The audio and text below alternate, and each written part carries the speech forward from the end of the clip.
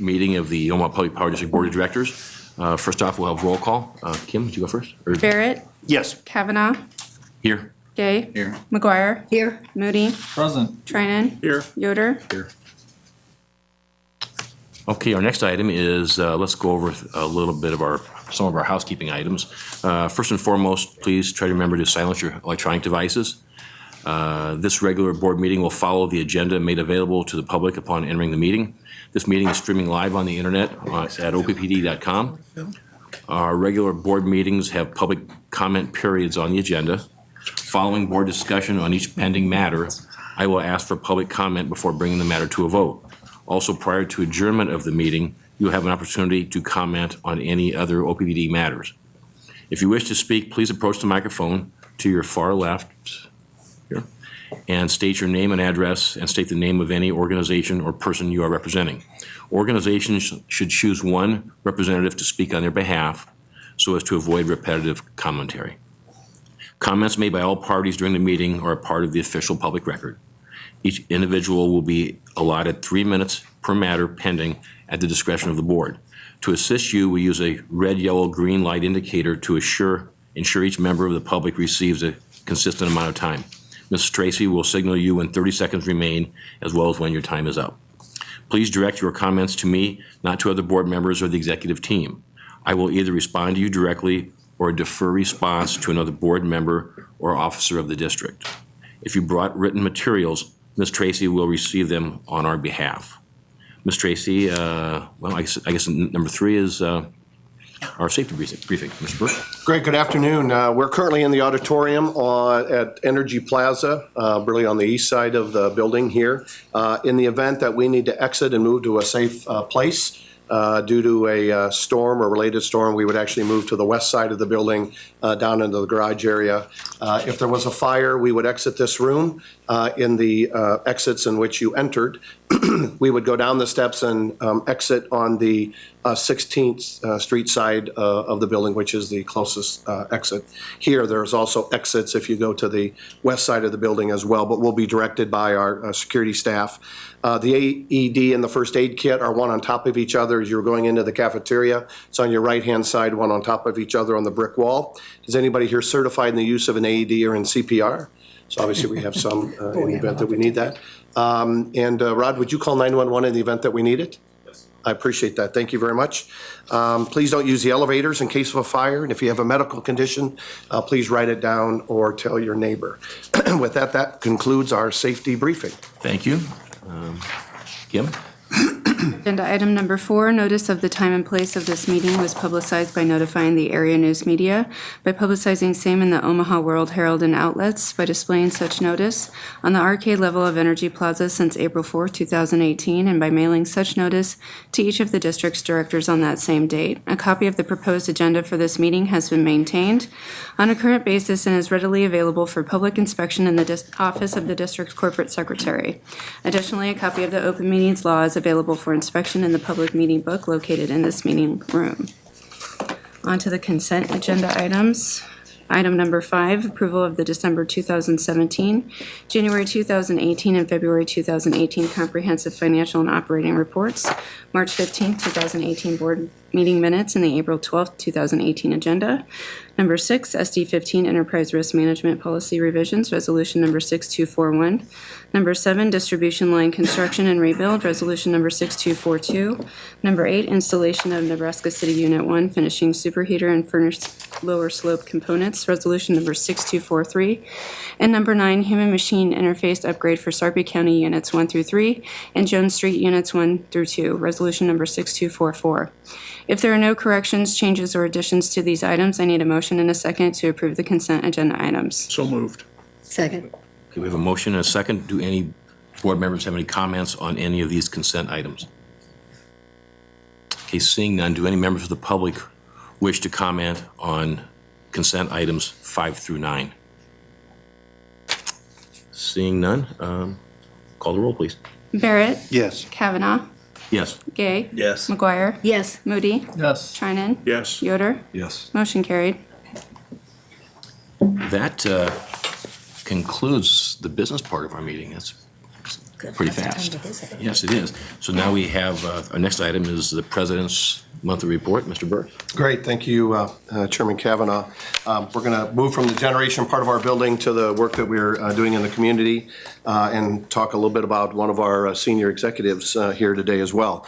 So on the generating side of the business, Nebraska City 1 operated at a capacity factor of just about 80%.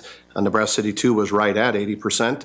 Most of that had to do with really soft market conditions, soft load conditions currently in our region. Our renewable generation was at 32.2% of our retail energy sales, and year-to-date it's 37.3. Our wind capacity factor this month was 47.9 compared to 50.7 year-to-date. So we'll see that as the weather warms a little bit, that drop off a little bit, and then obviously pick back up in the fall area as well. Excuse me. Let's see, the other item, we're going to talk a little bit about honor in our community. So it is one of our core values, and I'll talk about our core values in just a little bit here, but the OPPD Society of Engineers has been doing a lot of work in the community, and it's really around kind of our focus on energy careers and careers in energy and students in education around STEM education. And so we had a variety of our engineers and our Society of Engineers meet with a variety of different schools. I'm just going to shout out some of their names. When we typically go to these schools, we'll do an electricity one-on-one, which is to talk a little bit about how energy is produced, how it's transmitted, how it's served, how it impacts customers, a little bit about the business, and it's really an opportunity to get them engaged with just not the energy piece, but the work that we do on business technology and cybersecurity, on customer service and finances, and all the work that we do within our district. So Matt Peterson, Dan Erdman, John Tomasek, Pat Demi, and Nate Starsick and Greg Gilmore presented at a variety of different schools. They presented at Monroe Middle School and Norris Middle School, Lewis and Clark Middle School, McMillan Middle School, and Mars Middle School. And then on March 15th, John Kelly also organized the Fort Calhoun High School Science Fair. He rounded up about 11 volunteers, not only from OPPD, but across the community from other businesses to help support that. It's a way for us to give back, honoring our community, and specifically around STEM and STEM education as well. On March 22nd, Matt Peterson and Katie Brenneman gave Creighton University students presentations on career in engineering. So it's another opportunity for us to engage at the college level as well. OPPD several years ago began to really focus on our core values, and we asked a variety of employees, from early employees to OPPD to long-term employees to OPPD, from our generating plants to our transmission distribution areas, customer service areas, corporate office areas, all throughout the district, really to help really focus the organization on our core values. And we really identified three core values. And the three core values are presented on the screen here, but they're passion to serve. So we have a passion to serve. We care about each other, and we honor our community. And I talked a little bit about how our Society of Engineers really began to honor the community in which we live, work, and play in by really talking to students about careers in this field. But I am going to talk over the next 3 months about each one of these core values. But I'm not going to talk about it. I'm going to have one of our employees who were part of the team to help create these core values, and they really become our part of our fabric about who we are, how do we recognize what we do in the community, what we and how we recognize ourselves within this organization. And so we're going to go to the next slide, which will go right into the presentation about passion to serve.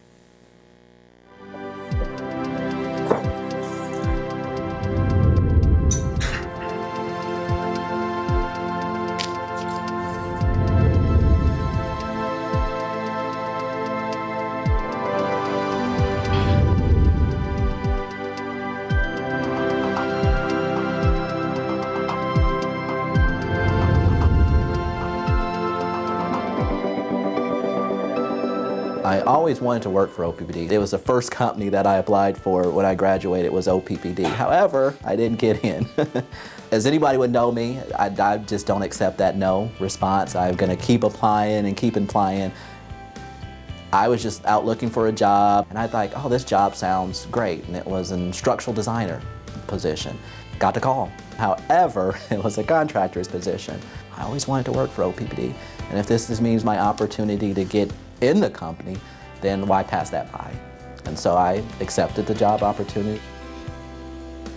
It's interesting with Cindy. Cindy is a talker. We clicked right away. I would say Sean, he's the manager of safety and technical training and apprenticeship. He's gonna tell it to you straightforward and like it is, but when you get to know him, passionate guy. During that time, my wife's father was sick. He had cancer. It was slowly downward spirals. You're at a job, you should be dedicated, both feet in that job, and at that time my focus was at other places. Me and my wife went on our anniversary. It's probably the day we were gonna come back home is when we got the call that he passed. Called my boss at the time, was Sean Burke, and he was like, man, bud, don't worry about it, it'll be okay. What shocked me the most and what made me really say, well, wow, OPPD is a caring company, was the fact that Sean and Cindy came to the funeral. I was sitting in the back with the family, just watching other people come in. It was more family members. Then after that, we saw Cindy and Sean come in. My mother-in-law was just like, who are these people? We don't recognize them. They're not family. And I was like, co-workers. And she was like, aren't you a contractor? But definitely meant a lot to myself and to my wife's family because it was so touching, the fact that they would do that.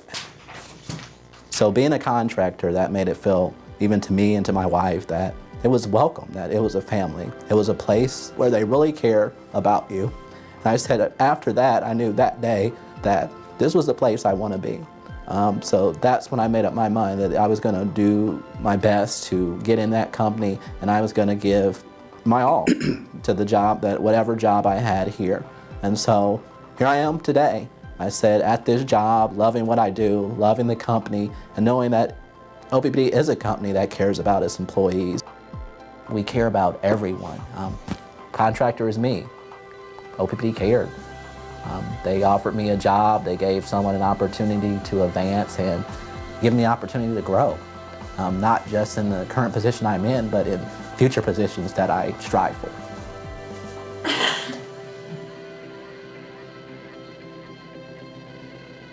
Very good. So that was really round. We're just doing that one, right? Yeah. That one. So we're just doing the one around we care for each other. It's just a great example of how we live out our core values. And to Sean Burke and Cindy, who is now retired, report to Kevin McCormick in our safety and technical training group. But they're just a great example of how we care for people. I'm going to go to the next slide here. So this week, this is another example of a group that does a lot of work around our core values. Certainly our passion to serve, the work they do in honoring our community on the utility side, but also in how they serve customers, and then how they care for each other from a safety perspective as well. And so our YPG group this year celebrated National Lineman Appreciation Day on Monday, April 9th by delivering donuts and candy and notes to all of our centers and over 280 linemen across our district. And so it was an opportunity for people across the district to write little notes about the linemen and the work they do and the thankfulness that we have around our line technicians that are out in the field sometimes in the worst weather and going into the storms when everyone is seeking shelter. So just a great example of how we care for each other here at OPPD as well. And this is early in press, but I got an invite earlier this week. I asked Mo if we could talk about it. So we have a very distinguished individual in our presence. So Mr. Muhammad Dogman, I think on May 10th, will be recognized with the Distinguished Alumni Achievement Award by the University of Nebraska at Omaha.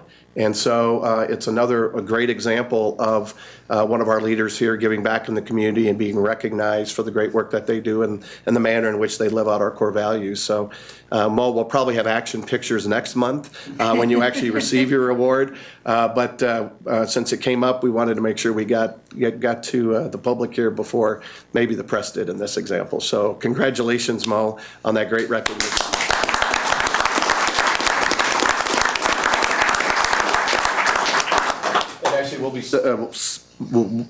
We will be celebrating with Mo on May 10th as well, so congratulations on that.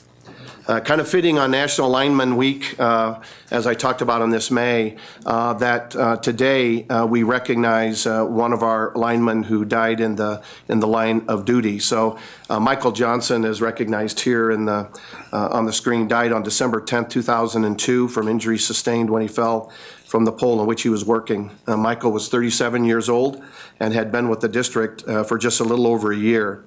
He was a 20-year member of the Ashland Fire Department and had recently been elected Assistant Fire Chief.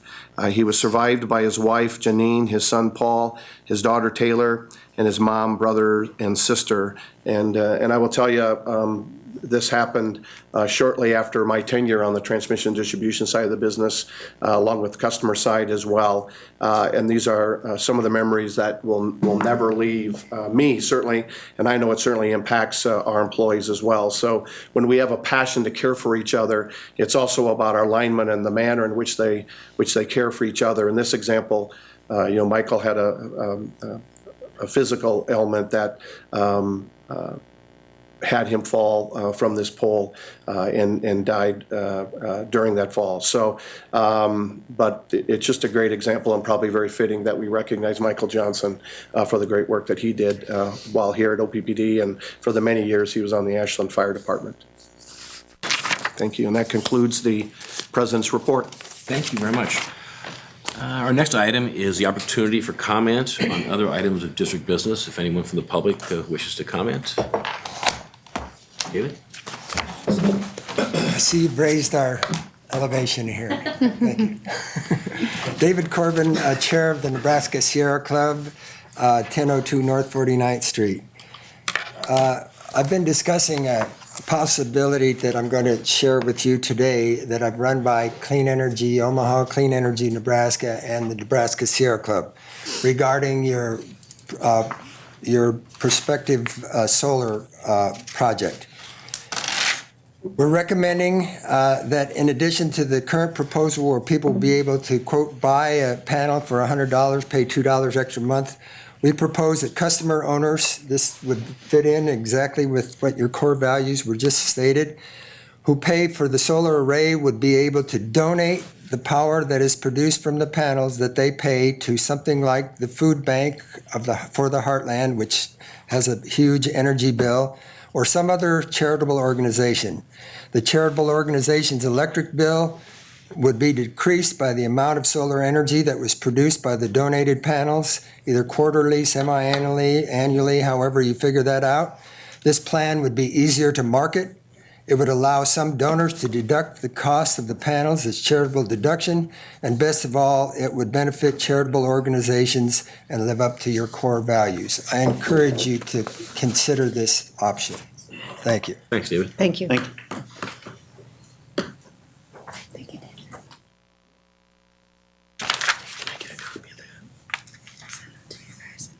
John Pollock, 1412 North 35th Street, Omaha.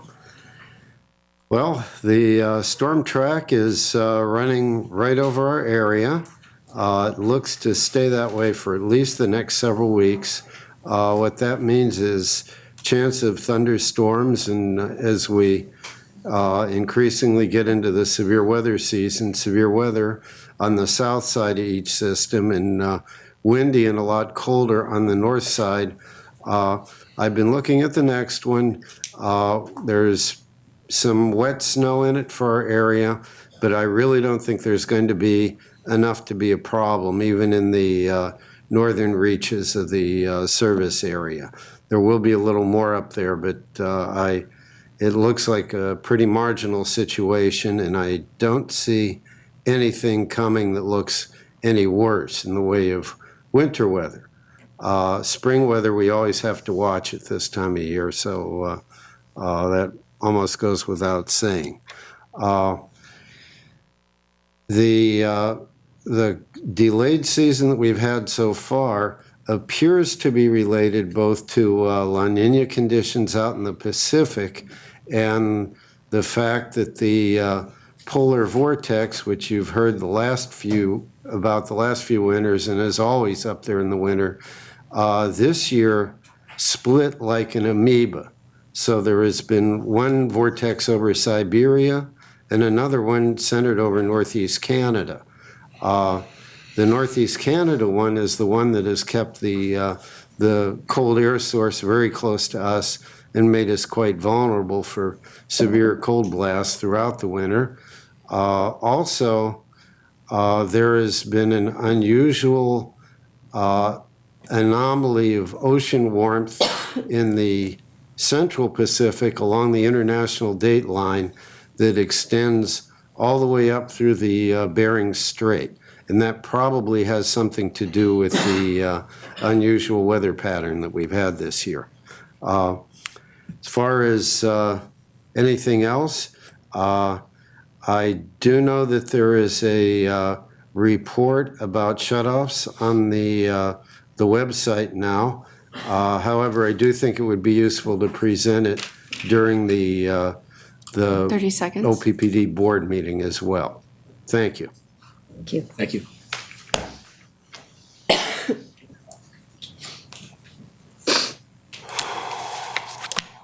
Laverne Drain, 49 Chicago. In doing research, I found posted on OPPD's website, I quote, "Fly ash has been studied extensively for decades by universities and government regulatory agencies. The standard test for toxicity of solids has routinely demonstrated that fly ash is not hazardous." End quote. Coal ash contains arsenic, mercury, lead, and over a dozen other heavy metals, many of them toxic. OPPD's outdated water permit allows disposal of the growing mounds of coal ash leaching straight into the Missouri River, creating grave risk to human health. Toxic constituents of coal ash are blowing, dissolving, percolating, leaching from storage units into air, land, and human drinking water, posing an acute risk of cancer and neurological effects, as well as many other negative health impacts: heart damage, lung disease, kidney disease, reproductive problems, birth defects, impaired bone growth in children. This ash, which is the second largest industrial waste stream in the country, contains crystalline silica and lime. Crystalline silica, which is known to cause lung disease, called silicus, is listed by the IARC and the U.S. National Toxicology Program as a known human carcinogen. Lime reacts with water to form calcium hydroxide with a pH somewhere between 10 and 12. A medium to strong base. When present in sufficient quantities, it causes cancer. Although OPPD claims that fly ash is neither toxic nor poisonous, this I dispute. Concentration matters. The National Academy of Sciences noted in 2007 that the presence of high contaminant levels in many coal combustion residue leachates create health and human ecological concerns. Exposure to fly ash through skin contact, inhalation of fine particulate dust, and ingestion through drinking water present health risks. Material safety data sheets recommend a number of safety precautions be taken when handling or working with fly ash. These include wearing protective goggles, respirators, disposable clothing, and avoiding agitating the fly ash in order to minimize airborne ash. Board members have informed me it's cheaper to burn coal than to burn gas. Running a coal ash landfill, spending millions on last fall, on-site landfills, which you say you maintain at a significant cost, maintenance of plants, dry scrubber systems, lime optimization projects, superheaters, all of this versus burning gas. Burning gas reduces air pollution by 60% immediately. It's so much cheaper, if it's so much cheaper and non-toxic to burn coal, then why have you promised to convert us to gas? 30 seconds. I demand as a stakeholder that you shut down the North Omaha coal plant and run it on gas and remove that ridiculous statement from your website. And I also wish you would lobby the state to put a 0.1% a tax so you can convert. You guys work with them for insulation of homes. Why can't you work with conversion of your system? You know, very tiny whatever to help you convert over to renewable energy. Benefit to the state, businesses, like Mr. Kavanaugh in his last interview said, if we didn't get 100% renewable, we wouldn't have got Google. So more renewable energy means more business and a cleaner environment, which all saves money on the state side. And I think you guys with the numbers over here could figure out how much it costs the state and how much it would save them, a little tiny percentage. Thank you and have a nice day. Thank you. Thanks, Laverne. Okay, seeing no other speakers at the podium, meeting's adjourned. Thank you.